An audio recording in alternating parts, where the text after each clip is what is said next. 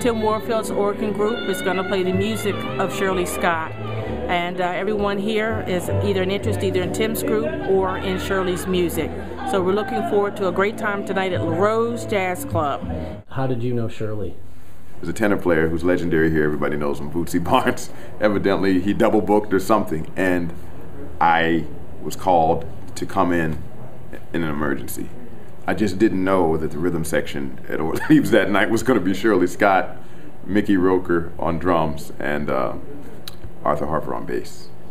And that's kind of like how it all started. I played, it went really well, like we had played before, which is what she asked me something to that effect. She said, "Hey, Tim," after the first set was over, she said, "Yeah, you sure you ain't been here before?" Which is a compliment in the highest order. I mean, it's like you've kind of got the spirit of where it comes from. I actually did a tribute recording to her a couple of years ago, actually. Got pretty good accolades. It's entitled One for Shirley. It's on the Crisscross Jazz label. We're going to do music from that CD, and we're going to do what I call a sister CD, which is kind of related to that CD, which is my latest, called A Sentimental Journey. So we're going to play music from that CD and the music that I actually wrote for One for Shirley, which consists of songs that she's written that I've arranged, and some original compositions, and some standards that I perform with her, or standards that I heard her do quite often.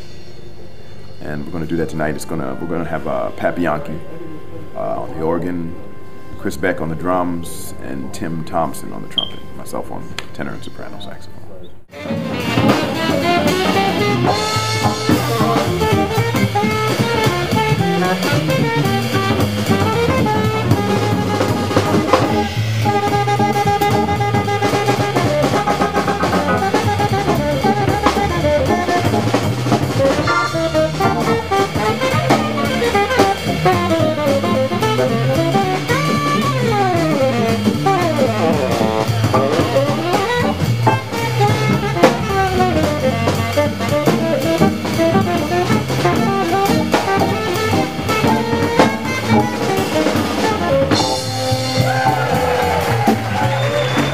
You obviously had on the bandstand sort of training, if you will, with Shirley.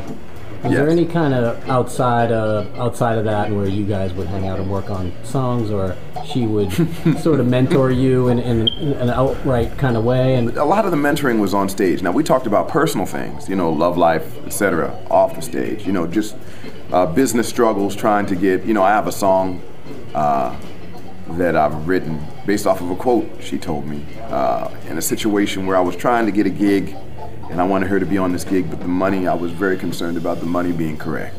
And I remember saying, man, this is going to work out, but I'm calling these people and they're acting like this and the money is, but I'm telling them what this is going to be. And she just stopped me and said, "Baby?" And I was like, "What?" She's like, "Sometimes you got to let the people know." Which is the title of one of the songs, which pretty much means if they're not acting right, let them have it. Then they'll act right, or they'll go. And if they go, you weren't meant to deal with that. So that sort of mentoring I had off stage. On the stage, it was all about music, and she didn't really talk a lot. You know, many times she was like, "Well, do you know the sky is blue because the ball is red because the little girl is running down the street with the little boy dancing?" And I'd say, "No." She said, "Oh, you'll hear it." And that would be it. And then I would listen to it a couple of times. She would play the melody, and then I would learn it as we were going on. And once it was with me, it was with me.